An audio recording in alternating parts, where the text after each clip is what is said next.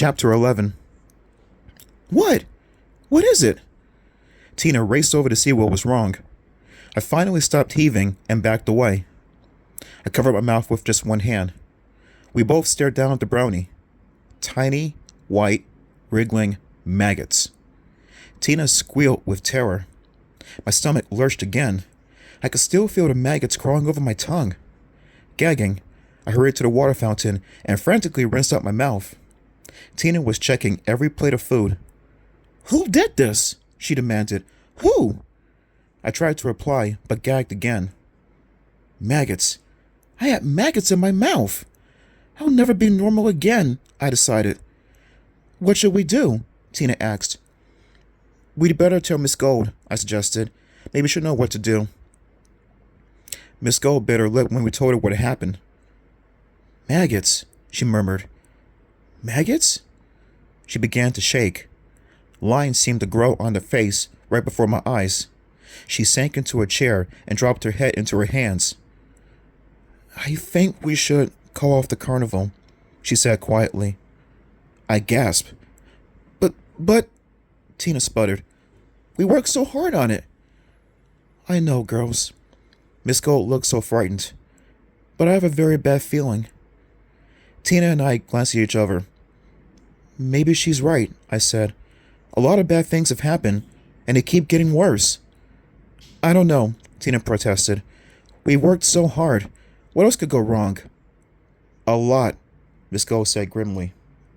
"She's really scared," I thought. "What do you mean?" I asked her. Before she could reply, Anthony rushed into the classroom. "Hey, the Dunkin' tank is all set up," he announced. "Want to see it? Danny's going to try it out." Miss Gold frowned. I glanced at the black ring on her finger. It glowed in the light from the window.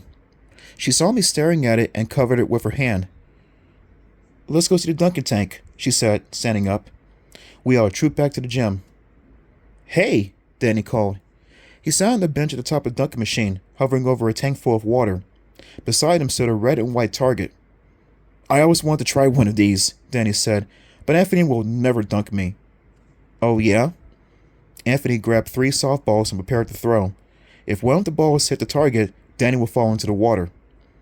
"Anthony, be careful," Miss Gold warned. "Don't worry, Miss Gold," Anthony assured her. "I won't clonk him in the head." "Ready?" he called to Danny. Danny yawned.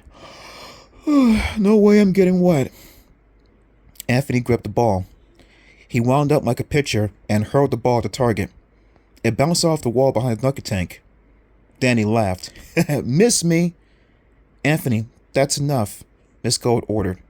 She was trying to sound tough, but her voice quavered. "We've seen how it works.